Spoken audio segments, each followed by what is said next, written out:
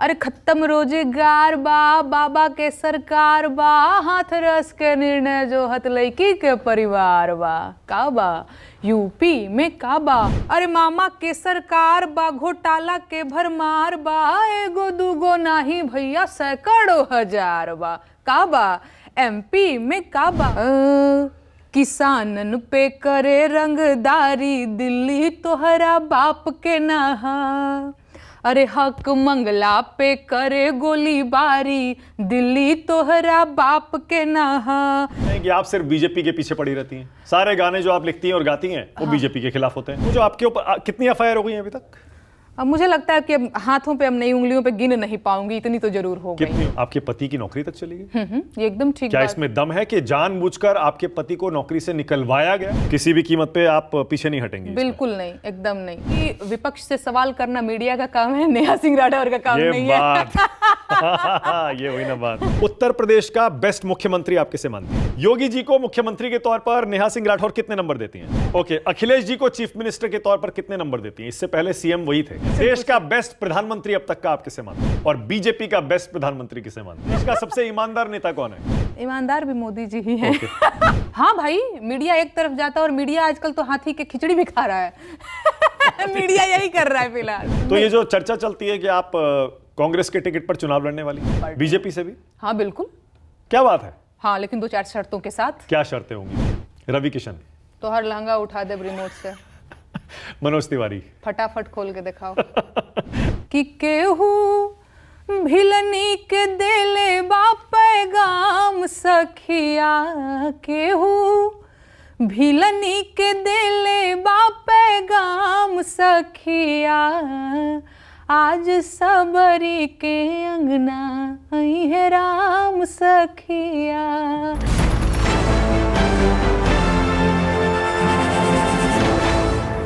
नमस्कार, आप देख रहे हैं न्यूज 24। मैं हूं मानक गुप्ता। आज चाय वाला इंटरव्यू काबा गर्ल नेहा सिंह राठौर का। उम्र है सिर्फ 26 साल, 27 तक की नहीं हुई है, लेकिन इतनी कम उम्र में इतनी लोकप्रियता हासिल कर ली है कि सब जगह छाई रहती हैं। YouTube, Facebook, Twitter, Instagram. 3-4-5 गाने तो इतने लोकप्रिय हुए, करोड़ों लोगों ने देखे हैं सोशल मीडिया पर विवाद भी खूब हुए हैं। बहुत स्वागत चाय वाला इंटरव्यू में। थैंक यू सो मच मानक जी, और न्यूज 24 देख रहे सारे दर्शकों को भी मेरा प्रणाम। तो शुरू ही एक गाने वाने से हो जाए तो कैसा रहेगा? गाने से ही शुरुआत कर देते। वो गाना जिसने आपको सबसे ज्यादा लोकप्रियता दी। सबसे ज्यादा लोकप्रिय मेरा गाना यूपी में काबा हुआ था। हाँ। और उसका सीजन 2 गाने पे एफआईआर हुआ था। तो मैं यूपी में काबा से ही शुरुआत करती हूँ। Okay, done. अरे खत्म रोजगार बा, बाबा के सरकार बा, हाथ रस के निर्णय जो हत लड़की के परिवार बा। का बा यूपी में का बा? अरे मंत्री के बेटवा बड़ी रंगदार बा, किसानन के छाती पे रौदत मोटर कार बा, ए चौकीदार बोला के जिम्मेदार बा। का बा यूपी में का बा? अरे कोरोना से लाखन मर गईले, लासन से गंगा भर गईले, टिकठिया का फन्नोचत कुकुर बिलार बा। ए बाबा का बा? अरे वाह, क्या बात है, क्या बात है। ये स्टाइल कहाँ से आया है आपका? ये जो आप गाना तो सब गाते हैं, पर ये जो उतार चढ़ाव इसमें आता है, ये अपने आप बनाया है क्या? हाँ, ये मैंने अपने आप बनाया है। और ये स्टाइल की अगर बात कर रहे हैं कि ए बाबा काबा, और वो जो साड़ी वगैरह पहन करके, तो मैं बता दूं, मैं बिहार की लड़की हूं और मैं भोजपुरी भाषी लड़की हूं। और आप अगर बिहार में गए होंगे या जानते हो यूपी बिहार, आप कहाँ से हैं? हम तो दिल्ली से हैं। अच्छा, आप दिल्ली से हैं, तो यूपी बिहार में जाएंगे आप तो आप देखेंगे ज्यादातर वहाँ पे महिलाएं साड़ी पहनती हैं और थोड़ा पल्लू वल्लू एकदम ससुर फसुर के सामने गिरने न पाए। तो वो वाला स्टाइल वहाँ से। तो ये गाना और ये काबा, ये आइडिया कब आया था, कहाँ से आया था ये आइडिया? देखिए, मैंने उससे पहले भी बिहार में जब विधानसभा चुनाव था 2020 में, आपको तो यार न्यूज 24 के साथ ही तो हमारे साथ तो शुरू हुआ था। बस तो सफर ये वाला काबा का सफर। तो पता ही है आपको, बिहार में काबा पहले मैंने गाया था और इसके बाद यूपी में काबा तो मैं गा भी नहीं रही थी, क्योंकि मुझे लग रहा था कि यार अब बिहार में काबा लोग सुन चुके हैं, क्या है दोबारा रिपीट। मैं बिल्कुल ही नहीं गा रही थी। तो मेरे हस्बैंड हिमांशु हैं, उन्होंने कहा नहीं तुम करो, लोग जरूर सुनेंगे। तो फिर मैंने सोचा कि अच्छा चलो तुम बोल रहे हो बड़ा, तो मैं लिख देती देती हूँ। तो यूपी वाला बिहार से भी ज्यादा लोकप्रिय हुआ। हाँ, ओके। अच्छा, बिहार वाला जो काबा था वो आइडिया कहाँ से आया था? ये काबा वाला ये आइडिया कहाँ से आया? देखिए, ये आइडिया की अगर रही बात, कई बार लोग मुझ पे पता नहीं क्या क्या आरोप लगाते रहते हैं। मुझे याद है डॉक्टर सागर जेएनयू करके हैं, वो बड़ा अच्छा लिखते हैं, उन्होंने बम्बई में काबा एक गीत लिखा था। हाँ, तो बम्बई में काबा में वो सारी चीजें थी कि अरे जिंदगी मोरा झुराइल बाटे नून तेल आ शैम्पू में, अरे काबा बम्बई में काबा। तो मुझे लगा वो मनोज बाजपेयी जी गा रहे हैं, आपने देखा होगा, जो कि बिहार से हैं। तो वो पूरा स्ट्रगल के बारे में बताते हैं कि बम्बई में कैसा कैसा स्ट्रगल है बिहार, या फिर जो बाहर से लोग आते हैं प्रवास, तो उनके लिए। तो मैंने सोचा कि यार बिहार में आखिर काबा कि लोग बम्बई में जा रहल बा, तो फिर वो आइडिया वहां बिहार से वाला भी सुना दीजिए थोड़ा हाँ, सा। बिहार में काबा भी मैं सुना देती हूँ। और क्योंकि शुरुआत वहीं से हुई थी और लोगों ने शुरुआत- नोटिस आपको तब किया था। तब पता लगा ये कोई है, ये काबा लड़की है। इसका मैं सीजन 2 सुनाती हूँ, अभी ये है मेरे पास। उसके बाद भी और भी बातें करेंगे इस पे भी कि क्यों लिखा था और सारी चीजें, क्योंकि कई बार इसमें भी आप सवाल निकाल सकते हैं। खैर, मैं सुनाती हूँ।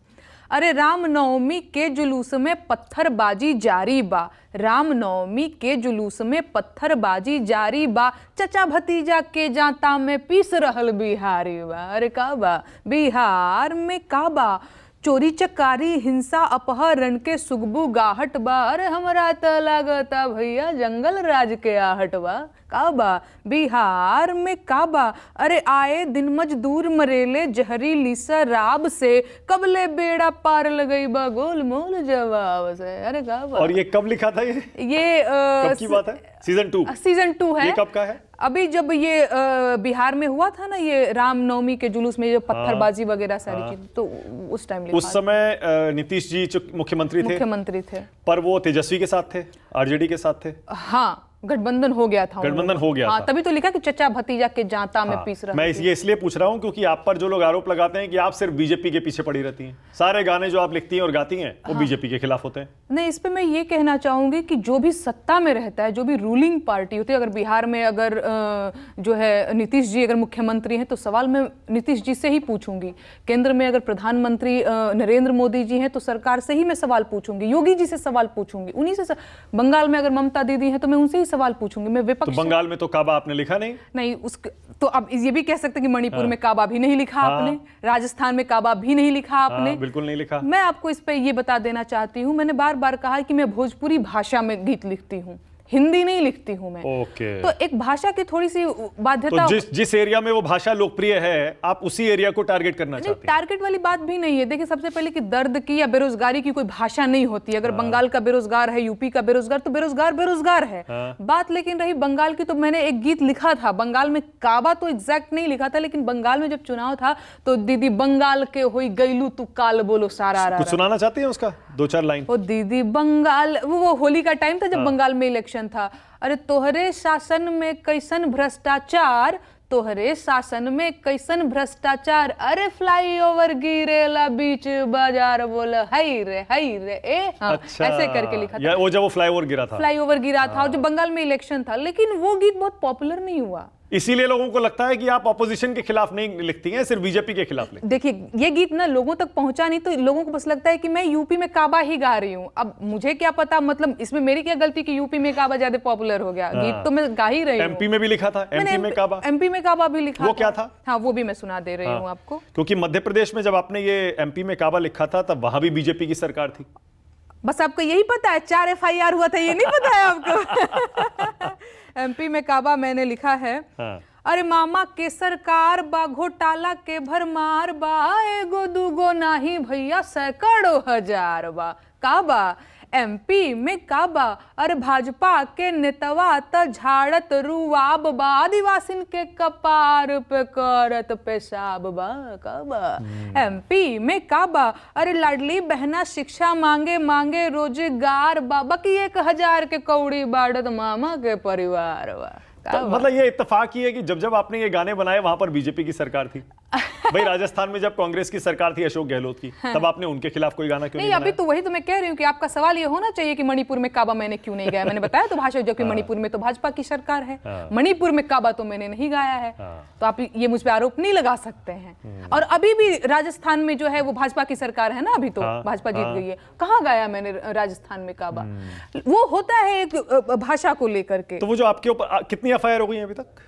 अब मुझे लगता है कि अब हाथों पे, अब नई उंगलियों पे गिन नहीं पाऊंगी, इतनी तो जरूर हो गई कितनी है। होंगी तो मतलब अब सब एमपी में तो 4 अभी, मतलब बीते चुनाव में जो मैंने एमपी में काबा गाया था। हाँ। पता नहीं कोई जौनपुर में मेरे खिलाफ क्यों एफआईआर कोई करवाया था, और फिर यहाँ कानपुर में ऐसे करके है, और भी पता नहीं कि एक हरियाणा से कब कैसे कहाँ पता भी नहीं चलता कि क्यों। तो जाना पड़ेगा, वहां जाना पड़ता है।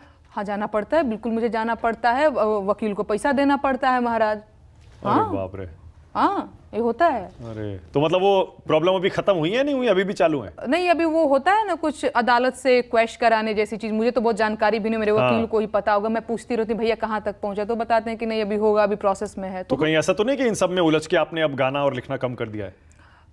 नहीं, इसका असर तो फर्क पड़ता पड़ता है, असर पड़ता है, फर्क पड़ता है, बिल्कुल पड़ता है। अब जैसे मैं क्रिएटिव लड़की हूँ ना, मुझे कुछ क्रिएट करने के लिए समय चाहिए, फ्री माइंड चाहिए। अब पता चले कि मुझे एक हफ्ते में 2 बार एमपी जाना पड़ रहा है, यहाँ जाना पड़ रहा है, वहाँ जाना पड़ रहा है, तो भाई उसके लिए अब मैं कोई वैसा, मेरा बैकग्राउंड वैसा थोड़ी है कि हाँ हर तरीके का सपोर्ट है मेरे पास। पैसा भी खर्चा हो गया होगा? बिल्कुल खर्चा हो रहा है, और तो पछतावा तो नहीं है? बिल्कुल पछतावा नहीं क्यों है, किया ये, तो फंस गए हम तो इसमें। बिल्कुल पछतावा नहीं है, बल्कि और मैं इन सब चीजों को और चुनौतीपूर्ण तरीके से लेती हूँ, तो पछतावा नहीं है। तो मैंने और कुछ लिखना शुरू किया फिर उसके बाद? हाँ बिल्कुल लिखना शुरू किया है, और अभी 24 का जो इलेक्शन आ रहा है उसमें 10वां में काबा, 2024 में काबा भी आ रहा है। आ रहा है, बिल्कुल उसका आ कोई रहा टीजर है, लिखा है? नहीं लिखा तो है, लेकिन अभी मैं नहीं सुनाऊंगी, लेकिन अगली बार मैं जरूर सुनाऊंगी और पूरा गीत सुनाऊंगी। अच्छा ठीक है, अब मुझे बताइए, सिर्फ एफआईआर तक सीमित नहीं था जब आपके ऊपर ये कार्रवाई हुई, आपके पति की नौकरी तक चली गई? ये एकदम ठीक क्या बात। इसमें दम है कि जानबूझकर आपके पति को नौकरी से निकलवाया गया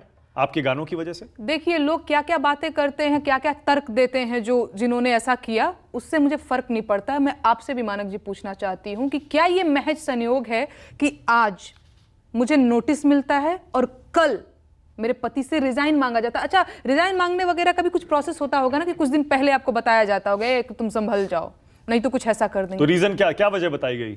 वजह कुछ कोई नहीं, वजह नहीं बताई बस गई। उनसे मांगा गया तो हिमांशु ने बस ऐसे साइन कर दे दिया। हाँ दे दिया कि हाँ भाई चलो हो गया, रिजाइन हो गया।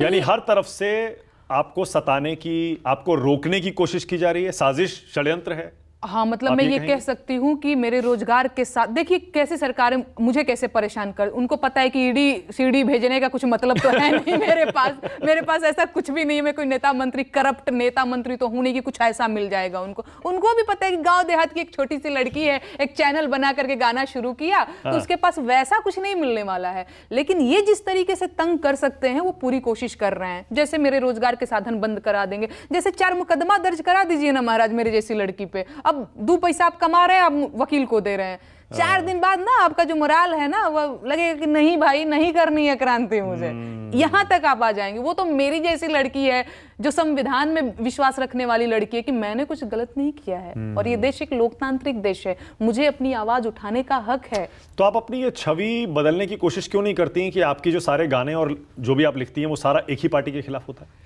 नहीं, एक ही पार्टी के खिलाफ नहीं होता है। नहीं, जैसे आपने कहा ना कि आपने बंगाल पे भी लिखा था लेकिन वो पॉपुलर नहीं हुआ। हाँ। आपने और भी कई नेताओं को या सरकारों को कटघरे में खड़ा किया है, लेकिन लोगों को पता नहीं है। उनको लगता है यूपी में काबा, बिहार में काबा, एमपी में काबा, सीजन 2 सबके सब बीजेपी के खिलाफ है।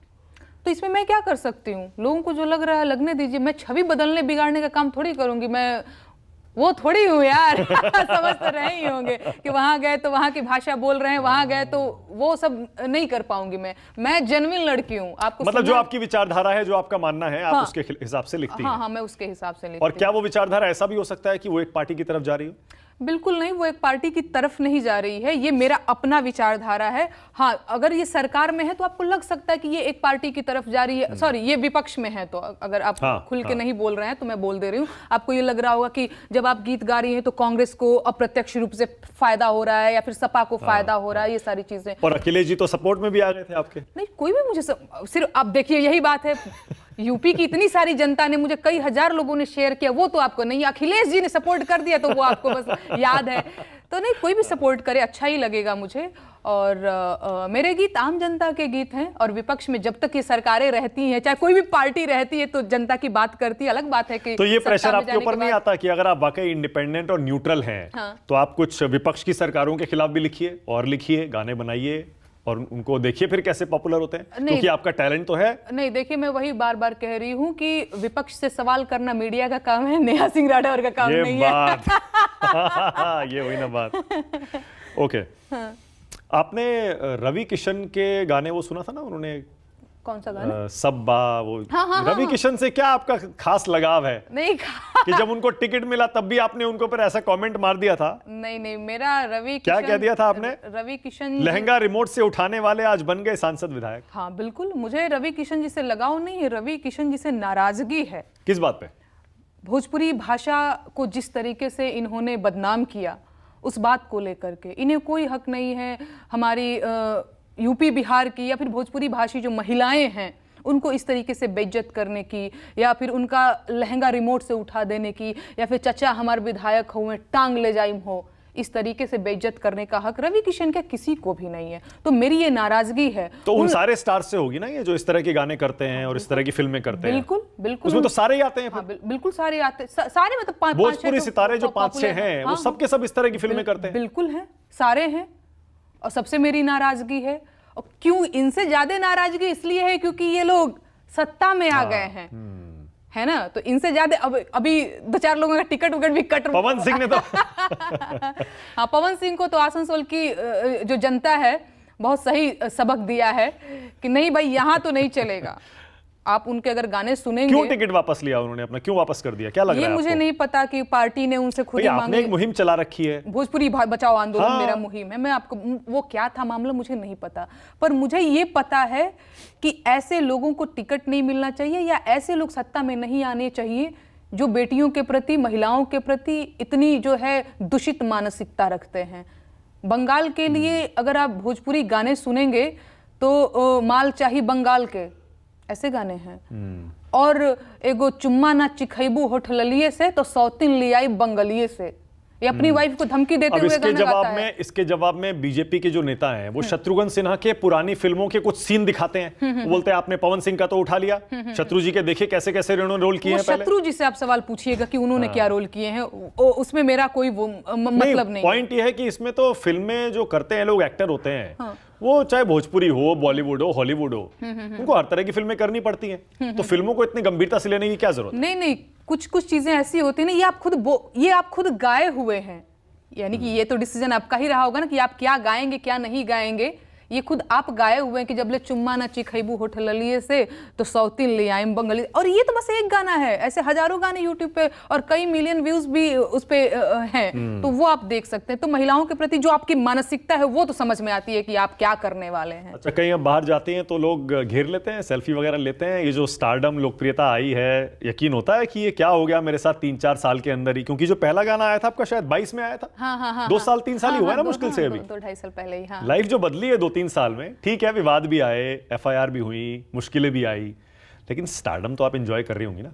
नहीं यार, लोग देखिए मानक जी बहुत प्रेम करते हैं मुझसे, एकदम ठीक बात है, और प्रशंसा पाना किसे नहीं अच्छा लगता है, मुझे भी बहुत अच्छा लगता है। लगता है ना? अच्छा लगता है। तो कभी सोचती हैं कि ये जो भी रहा 2-3 साल का सफर मजेदार रहा? बहुत अच्छा रहा, बहुत इंटरेस्टिंग रहा और बहुत अच्छा लगता है। हाँ, 4 लोग मिलकर मुझसे बताते हैं कि तुम्हारा काम बहुत अच्छा है, तुम कॉन्फिडेंट लड़की क्या गाती हो, क्या लिखती हो, बहुत बढ़िया, डरती नहीं हो। हाँ, कहते एक ये छवि भी तो बनी है आपकी। हाँ, ये भिड़ जाती है। हाँ, ये डरती नहीं है। सोचिए जरा, रूलिंग पार्टी और इतनी स्ट्रांग रूलिंग पार्टी के खिलाफ आप लगातार लिखते रहिए, गाते रहिए, हर तरफ से ट्रोलिंग हो रही है, FI हो रही है, उसके बावजूद हाँ, लोग जो है मुझे पसंद करते हैं, मुझे अच्छा लगता है। और जब पुलिस आई, पुलिस से भी भिड़ गई आप। वीडियो बड़ा वायरल हुआ था वो भी। हाँ, तो मतलब क्या बहस हुई थी पुलिस से? पुलिस से बहस ये हुई थी ना, देखिए पुलिस कर क्या रही थी, कानपुर से पुलिस आई थी, हम लोग उस टाइम दिल्ली में रहते थे, फिलहाल मैं लखनऊ में रहती हूँ। दिल्ली मुखर्जी नगर में मैं थी, और पुलिस आई ना, देखिए हमें कोई दिक्कत नहीं है, कर नहीं तो डर किस बात का महाराज, हमने कुछ गुनाह अजीम थोड़ी कर दिया है, और मुझे ये भी पता है कि आप मुझे सूली पर नहीं चढ़ाने वाले हैं। लेकिन पुलिस ने किया कि सबसे पहले मेरे हस्बैंड हिमांशु को कॉल करती है कानपुर देहात से जो पुलिस आई, तो उन्होंने बोला कि हेलो हिमांशु जी, आप IAS के बच्चों को कोचिंग कराते हैं, मुझे भी थोड़ी सी गाइड कर दीजिए। वो महिला पुलिस थी, महिला कोई कांस्टेबल थी, और वो बुला कहाँ रही थी, नेहरू विहार के किसी झाड़ी में उधर। मैंने कहा हिमांशु कौन तुमसे मोटिवेट होना चाहता है भाई उधर?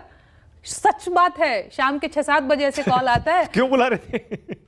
वो बुला रही थी, पता नहीं उनको वो नोटिस थमाना था, पर उनको ये लग रहा था कि क्या पता हम लोग मुकर जाएंगे या नोटिस लेने से मना कर देंगे, शायद उनको ये लग रहा था। उन्होंने फ़ोन किया तो हिमांशु ने बोला कि मैं जा रहा हूँ नेहरू विहार, कोई मोटिवेट होना चाहता है मुझसे। मैंने कहा कहाँ, तो उधर मोटिवेट क्यों होना चाहेगा कोई, कहीं कैफे सैफे में बुला लो, कोई अगर लड़की है तुमसे कुछ बातचीत करना चाहती है तो। अच्छा, अक्सर हिमांशु को ऐसे बच्चे कोई कॉल वॉल करते रहते हैं। बाद में हमने कहा नहीं हिमांशु मुझे ठीक नहीं लग रहा है, तो 1-1.5 घंटे बाद फिर उनका कॉल आया, फिर बताती कानपुर देहात से हैं हम और अपना लोकेशन भेजिए, नोटिस थमाना। मैंने कहा ऐसे सीधे बोल दी होती ना महाराज। फिर आई तो मैंने कहा कौन आप लोगों को इतना परेशान कर रहा है महाराज, इतना दूर से चले, यूपी पुलिस इतनी सक्रिय हो गई है, ये यूपी से दिल्ली चली आई, इतनी सक्रियता किसी और मामले में दिखाए होते आप लोग महाराज, तो पता नहीं देश में बहुत सारे बलात्कार अत्याचार रुक जाते यूपी वगैरह में। तो मतलब आपको भी ये लगता है ना, महसूस होता है कि पुलिस जो एक्शन ले रही है, एफआईआर कर रही है, वो जरूर किसी के इशारे पर ही कर रही है? ऐसा तो है नहीं कि पुलिस ने अपने आप कर लिया, इतनी जगह इतनी सारी जो एफआईआर हो गई हैं। आपको क्या लगता है, आपको क्या लगता है? नहीं आपसे ही पूछ रहे हैं, आपको क्या लगता है? कई जगह जो कंप्लेनेंट होते हैं, शिकायतकर्ता, वो स्थानीय लोग भी हो सकते हैं। ओके, वो किसी पॉलिटिकल पार्टी के कार्यकर्ता भी हो सकते हैं, कोई नेता भी हो सकते हैं जिनके कहने पर ये एफआईआर की गई हो, क्योंकि आप तो इसके अंदर शामिल हैं, आप तो भुगत रही हैं ना, विक्टिम है आप तो। आपको क्या महसूस होता है या आपको क्या पता चलता है? नहीं मुझे लगता है कि आला कमान के कहने पर ही सारी चीजें होती हैं, उधर ही ऊपर से ही सारी चीजें डिसाइड होती हैं कि इनको परेशान कर देना है। लेकिन ये चालू रहेगा ना? ये एकदम चालू रहेगा और बिल्कुल चालू रहेगा, किसी भी कीमत पे आप पीछे नहीं हटेंगी? बिल्कुल नहीं, एकदम नहीं। ओके, अब नेहा सिंह राठौर, मेरा रैपिड फायर राउंड, ओके, जिससे बड़े बड़े थर थर कांपते हैं। ओके, तैयार हैं आप? हाँ बिल्कुल। Okay, Neha Singh Rathore, rapid fire round में पहला सवाल, छोटे सवाल होंगे, छोटे जवाब देने हैं। ओके, हाँ। उत्तर प्रदेश का बेस्ट मुख्यमंत्री आप किसे मानती हैं? बेस्ट मुख्यमंत्री अभी जो है, सब मिला के, पूरे पुराने और अब सब मिला के, यूपी का बेस्ट चीफ मिनिस्टर आज तक कौन रहा है? ये भी तो हो सकता है कि मैं सवाल को स्किप कर दूं। ओके, स्किप कर दीजिए, क्योंकि देखिए ना, एक नाम नहीं है महाराज, ठीक है, किसी ठीक एक है। को मैं कैसे बोल सकती हूँ? तो आप 2 ले सकते हैं, अगर 2 आते हैं तो। नहीं, मैं इसको स्किप करना चाहूंगी। पास। योगी जी को मुख्यमंत्री के तौर पर नेहा सिंह राठौर कितने नंबर देती हैं? मुख्यमंत्री के तौर जी। पे कितने नंबर देती? कितने नंबर देती हैं? देखिए योगी 10 में से। 10 में से मैं उनको, अरे महाराज आप तो एकदम से ऐसे सच में। देखा, मैंने कहा था ना, गूगली है। आप पास करना चाहेंगी? पास कर सकती हैं। देखिए योगी जी के बारे में मैं ये कह सकती हूँ कि वो एक सहज व्यक्ति मुझे लगते हैं। हाँ। चलिए ठीक है, अगर नंबर देने की बात रही तो मैं 6 नंबर। 6 नंबर, क्या बात है। ओके, अखिलेश जी को चीफ मिनिस्टर के तौर पर कितने नंबर देती हैं? इससे पहले सीएम वही थे 2012 से 17 तक। देखिए कोई भी सरकार ना, मैं आपको बता देती हूँ मानक जी, एक शब्द में जवाब देना पॉसिबल नहीं होगा। कोई भी सरकार, चाहे वो योगी जी हो, चाहे वो मैं इसीलिए कह रहा हूँ सब मिला के मैं बता दे रही हूँ, कोई भी सरकार पूरी तरीके से कभी भी विफल या पूरी तरीके से कभी भी सफल नहीं होती, चाहे वो योगी जी हो, चाहे वो अखिलेश जी। बिल्कुल 100% सहमत हूँ आपसे। हाँ, तो वही 5-6 टाइप। मायावती जी को भी? बड़ा अजीब सवाल है ये, मतलब सच में कितना नंबर देंगे? और फिर बड़ा, हटाइए दूसरा क्वेश्चन। देश का बेस्ट प्रधानमंत्री अब तक का आप किसे मानती हैं? नेहरू जी। नेहरू जी? जी। क्या बात है। और बीजेपी का बेस्ट प्रधानमंत्री किसे मानती हैं? बीजेपी का बेस्ट प्रधानमंत्री अटल बिहारी वाजपेयी। क्या बात है। और देश का बेस्ट चीफ मिनिस्टर आप किसे मानती हैं? देश का बेस्ट चीफ मिनिस्टर, अब तो पूरा देश घूमी है आप, जगह जगह से आपको बुलावा आता है, इतनी सक्रिय हैं आप सोशल मीडिया पर। चलिए हटाइए, दूसरा पूछिए। अरे महाराज, मैं बहुत पॉलिटिकली। नीतीश जी कैसे मुख्यमंत्री हैं, उन्हें कितने नंबर देना चाहेंगे? बिहार में काबा लिखा आपने उनके खिलाफ, इतना वायरल हुआ अब वो। इसके जवाब में मैं बोलना चाहूंगी कि हम कहें तो क्या कहें, हम बोले तो क्या बोले। क्या बात है। लालू जी को कितने नंबर देंगी? लालू जी मेरे पसंदीदा नेता है महाराज। क्या हाँ, बात है। बहुत अच्छा लगता है, उनके स्पीच मुझे बड़े अच्छे लगते हैं। ओके।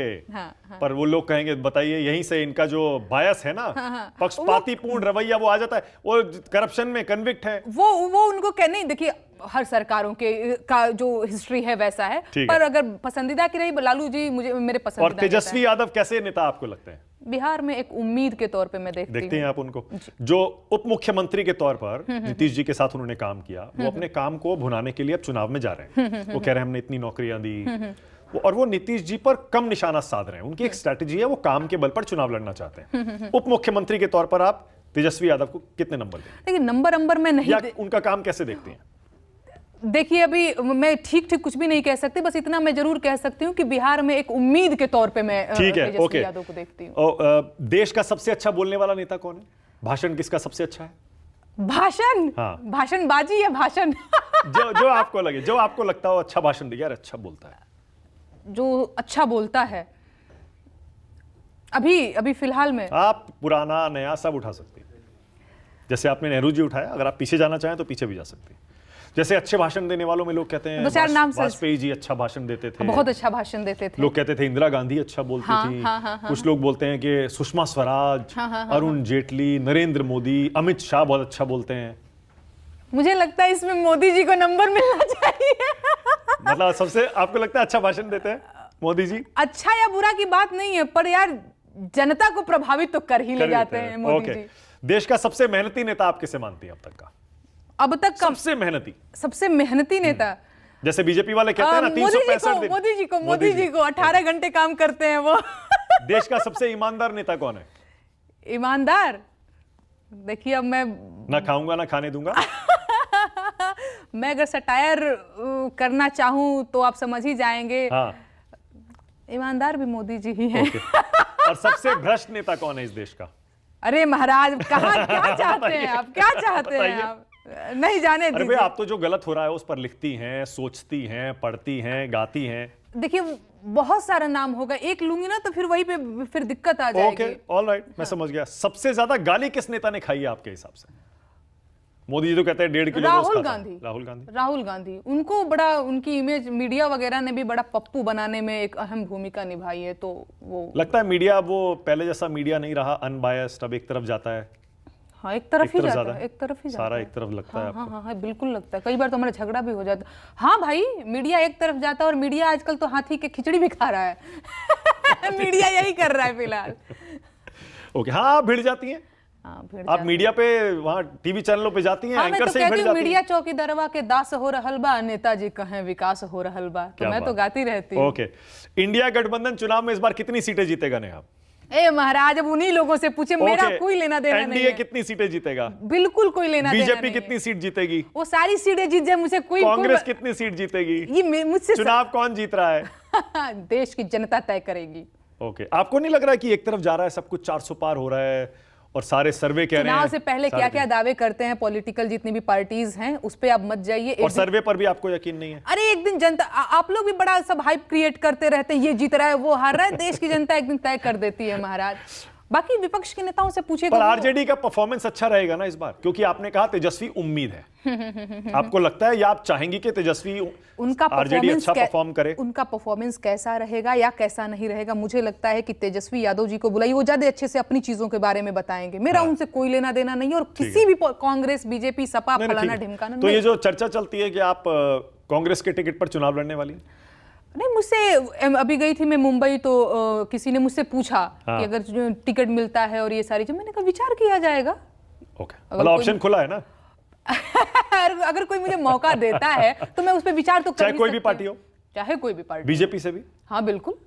क्या बात है? हाँ, लेकिन 2-4 शर्तों के साथ। क्या शर्तें होंगी बीजेपी से अगर चुनाव लड़ने का ऑफर आए? प्रधानमंत्री जी मणिपुर जाएं, पहलवानों की बात सुने, किसानों पे गोली न बरसाएं, विद्यार्थियों पे लाठी न चलाएं। ये हुई ना बात। ओके, यानी कि ऐसा लगता है आपने क्लियरली ये सोच रखा है कि विपक्ष की तरफ से अगर कोई ऑफर आता है तो राजनीति में एंट्री। अभी तो बीजेपी की तरफ से आप पूछ रहे थे। पर आपने शर्तें ऐसी रख दी है, कौन मानेगा ऐसी शर्तें? क्यों नहीं मानेगा? लगता नहीं है। ओके, मतलब आप राजनीति में जाने का रास्ता आपने खोल के रखा है। ऐसा मैं कुछ कह नहीं रही हूँ, लेकिन मैं ये जरूर कह रही हूँ, विकल्प तो खुला ही रहता है ना। मैं विचार जरूर करूंगी। विचार जब आएगा तब देखा जाएगा। हाँ, तब देखा जाएगा। और कहां से लड़ना चाहेंगी अगर मान लीजिए आपको ऑफर दिया गया कि आइए, जगह बताइए। बबुआ हो जाने दीजिए, फिर सोहर गवाएंगे महाराज। देश का बेस्ट भोजपुरी एक्टर किसे मानती है? भोजपुरी एक्टर? भोजपुरी एक्टर 2-4 नाम बताइए महाराज। अभी ऐसे रैपिड फायर में आप हमसे भोजपुरी एक्टर का नाम पूछ रहे हैं। आप जैसे ऐसे, आपने तो मुहिम चला रखी है भोजपुरी। नहीं, आप ऐसे बोल रहे हैं ना, तो फिर मुझे लग रहा है मनोज तिवारी, रवि किशन, निरहुआ, आम्रपाली दुबे, इन लोगों को अक्षरा सिंह, और कौन है बताइए? आप इन लोगों को एक्टर? मनोज तिवारी कहते हैं सुजीत कुमार। आप इन लोगों को एक्टर मानते हैं? फिर मैं इन लोगों को एक्टर नहीं मानती। मैं इन लोगों को एक्टर नहीं, ये लोग गवैये लोग हैं महाराज, ये लहंगा चोली वाले लोग हैं, ये एक्टर हैं। तो भोजपुरी ये सिंगर भी नहीं है ठीक से। ये भोजपुरी की बोटियां बेचने वाले अश्लील और फुहड़ लोग हैं। तो एक्टर कौन है फिर? असली एक्टर कौन है जिनके बारे में चर्चा ही नहीं होती भोजपुरी के? हाँ, भोजपुरी में मुझे लगता है कि अब उनका तो मैं नाम भूल रही हूँ, बड़ा अच्छा है। अरे अच्छा, पहले भोजपुरी में तो बहुत सारे बॉलीवुड के लोग भी काम किया करते थे। बहुतों ने किया है। अभी अच्छा चलिए, लेकिन मैं समझ गया, जो सुपरस्टार्स हैं उनके बारे में ये लोगों को मैं एक्टर मानती ही नहीं हूँ। आपके नजर में होंगे सुपरस्टार, ये नहीं। कोई एक्ट्रेस भी याद है जो पसंद हो आपको भोजपुरी की? भोजपुरी की अभी फिलहाल की बात करें तो बिल्कुल कोई भी आगे नहीं। चलते हैं। कौन से भोजपुरी एक्टर ने सांसद के तौर पर सबसे अच्छा काम किया है संसद में जाने के बाद या राजनीति में जाने के बाद? बहुत सारे आए ना, यही 3-4 ठो आए हैं ना अभी तो। बिल्कुल नहीं, कोई नहीं? नहीं, बिल्कुल नहीं, एकदम नहीं। इन्होंने सिर्फ अपना गाड़ी बंगला बनाया है महाराज। अच्छा ठीक है। और 2-4 ठो सिक्योरिटी लेकर के, बाउंसर लेकर के जाके भौकाल झाड़ते हैं उधर बिहार यूपी में। ठीक है, ओके। इन्होंने काम नहीं किया है। अब मैं कुछ नाम लूंगा, आपके जहन में जो पहला शब्द आता है वो नाम सुनकर आपको मुझे वो बताना है। ठीक है। रवि किशन, तो हर लहंगा उठा दे रिमोट से। मनोज तिवारी, फटाफट खोल के दिखाओ। निरहुआ, सटल रहे। अक्षरा सिंह, आम्रपाली, इनका कुछ? अमरपाली रे मन करे कच्च देना खाली, ये सब फुहड़ गीत हैं इनके। अच्छा ठीक है। हाँ। राहुल गांधी, सादा और साफ दिल का इंसान। प्रियंका गांधी, लड़कियों के पक्ष मजबूती से रखने वाली एक लड़की। सोनिया गांधी, शालीन महिला। नीतीश कुमार, पलटू चाचा। हम कहें तो क्या कहें, पर पलटी तो 4 बार मारी ना। तो वही तो मैं बोली, पलटू एक बार थोड़े मारी। तो जब वो तेजस्वी जी के साथ गए तब आपने उनको पलटू नहीं कहा। नहीं, मैंने कहा है महाराज, कहा चचा है? भतीजा के जाता में पीस अच्छा रहल ठीक है, बिहारी ओके। में ध्यान नहीं दिए। सम्राट चौधरी, सम्राट चौधरी स्किप करिए। सुशील मोदी, डिप्टी सीएम रहे इतने टाइम वो आपके बिहार में। आलसी टाइप कुछ कह सकते हैं। तेजस्वी यादव, उम्मीद, तेज प्रताप यादव, लालू के लाडले। राबड़ी देवी, लालू जी की वाइफ। लालू जी। लालू जी मैंने बोला तो मेरे पसंदीदा नेता है। क्यों इतना पसंद है? उनके स्पीच मुझे बड़े मजेदार लगते हैं। उनका सेंस ऑफ ह्यूमर मुझे बहुत कमाल का लगता है। जिस हिसाब से वो बताते हैं कि गोपालगंज के हैं, फुलवरिया के हैं, बहुत पढ़े लिखे नहीं। यही आप जाति कर जाती हैं। उनका जो 15 साल था जिसमें बिहार एकदम पिछड़ा रह गया, हाँ, देखिए आप उसके बारे में नहीं बोलती हैं देखिए कभी। फिलहाल नहीं ठीक बात है। मैंने कहा तो हर सरकार की सफलताएं विफलताएं। फिलहाल लालू जी एक बुजुर्ग व्यक्ति हैं, बीमार रहते हैं। मैं उनके स्वस्थ होने की कामना करती हूँ। उनके मुझे स्पीच बड़े अच्छे लगते हैं। तो ऑनेस्टली मैं बता रही हूँ, आपको जज करना आप कर सकते हैं। ठीक है, ओके। योगी आदित्यनाथ, सहज इंसान। ओके। वो अपनी भावनाओं को छुपाते नहीं है। बुलडोजर बाबा है। बुलडोजर बाबा और सहज इंसान। सहज मैं इसलिए बोल रही हूँ क्योंकि वो अपनी भावनाओं को छुपाते नहीं है। उनको गुस्सा जो जैसे हैं वैसे दिख जाते हैं। उनको गुस्सा आया एक्सप्रेस कर देंगे, रोना आया रो देंगे, वो घाघ नहीं है। ओके। अखिलेश यादव, मैं यूपी बिहार पर ही फोकस कर रहा हूं ज्यादा, इसीलिए। समझदार इंसान। मायावती, हाँ उनको भी बोल सकते हैं ठीक, क्योंकि वो चुनाव नहीं लड़ रही है ना इस बार। हाँ, और लोग कहते हैं इसलिए नहीं लड़ रही है ताकि बीजेपी को फायदा पहुंचा सके। वो क्या मामला है मुझे क्या पता महाराज। लड़ रही हैं, मतलब लड़ रही हैं और नहीं भी लड़ रही हैं। मैं तो एक लोक गायिका हूँ महाराज। ठीक है, ओके। जयंत चौधरी कैसे नेता हैं? पलटू। ठीक ही है। ओके। शिवराज सिंह चौहान, क्योंकि आपने एमपी में काबा लिखा इसलिए।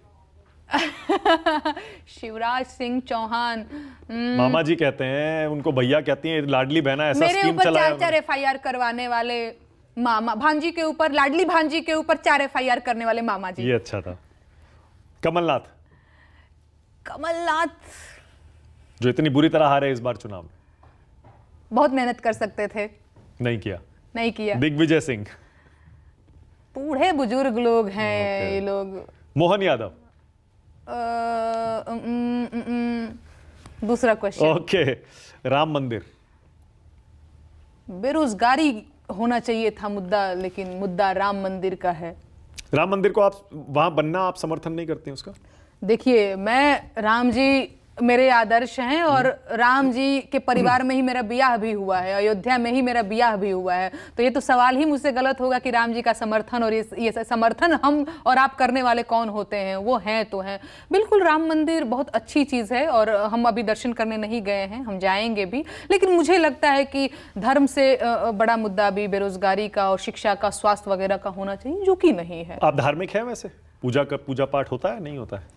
मैं मन से एक राम उर घट घट वासी, मैं इस चीज में विश्वास करती हूँ कि राम मेरे अंदर है। मैं अगरबत्ती और घंटी में तो बिल्कुल यकीन नहीं करती हूँ। कोई गाना वाना उस पर भगवान राम पर, श्री राम पर बनाया है या सोचा है बनाने का? हाँ हाँ बिल्कुल मैंने बनाया था कि आज मैं देखती हूँ मैंने इसी में लिखा है कि नहीं। मैंने राम मंदिर जब ये, क्योंकि मैं तो चाहता हूँ कि लोग ये देखें कि जो नेहा सिंह राठौर सिर्फ सरकारों को कटघरे में खड़ा करती हैं, क्या वो भगवान राम का जब मंदिर बना, सबने राम पर गाने बनाए और गाए? क्या आपने भी कुछ बनाया और गाया? बिल्कुल मैंने बनाया और गाया, और मुझे लगता है कि आप लोगों को मेरे YouTube चैनल पर जाकर सुनना भी चाहिए। फिर भी मैं 2 लाइन सुना देती हूँ कि केहू भिलनी के देले बा पैगाम सखिया, केहू भिलनी के देले बा पैगाम सखिया, आज सबरी के अंगना आई है राम सखिया। तो ये काफी लंबा गीत है, तो मैंने इसको गाया है। बहुत बढ़िया, थैंक यू। अब जाते जाते टाइम भी खत्म हो गया है। कोई और गाना आपके जहन में है जो आपका फेवरेट गाना हो? बिल्कुल बिल्कुल मेरा फेवरेट, आप सुनाना चाहें? बिल्कुल मैं सुनाना चाहती हूँ, क्योंकि आप तो ये काबा गा गा कर बोर हो गई होंगी। इतनी बार लोगों ने सुना होगा। ये बात आप ठीक कह रहे हैं। इतनी बार लोगों ने कहा होगा सुना दीजिए, सुना दीजिए। हाँ एकदम ठीक बात है। कोई और गाना? मैं एक गीत, कोई फिल्मी गाना पसंद है या देखिए मैं जो खुद लिखा हो, ऐसा कोई गाना है? मैं आपको बता दे रही हूँ कि मेरा एक आंदोलन है, क्योंकि 24 के माध्यम से बहुत सारे लोग देखेंगे, तो मैं ये बात अपना जरूर रखना चाहूंगी। मेरा एक आंदोलन है भोजपुरी बचाओ आंदोलन। तो उसके तहत मैं भोजपुरी के लिए काम कर रही हूँ। बाकी किसानों पे अभी जो बर्बरता हुई है, शुभकरण सिंह पे जिस तरीके से गोली चला दी गई और हत्या कर दी गई, तो मैंने एक किसान गीत लिखा हुआ है, मैं जरूर सुनाना चाहूंगी। किसानन पे करे रंगदारी, दिल्ली तोहरा बाप के नहा, अरे हक मंगला पे करे गोलीबारी, दिल्ली तोहरा बाप के नहा, MSP मांगे ले किसान भैया, अरे औरी पगड़ी के सम्मान भैया, नहीं मांगे तो हर चौकीदारी, दिल्ली तोहरा बाप के नहा। क्या बात है, बहुत बढ़िया, बहुत बढ़िया। Thank you so much Neha Singh Rathore, चाय वाला इंटरव्यू में आने के लिए मेरी शुभकामनाएं। लिखते रहिए, अपनी बात कहते रहिए और इसी तरह गाते रहिए। Thank you so much. Thank you so much. Thank you. Thank you.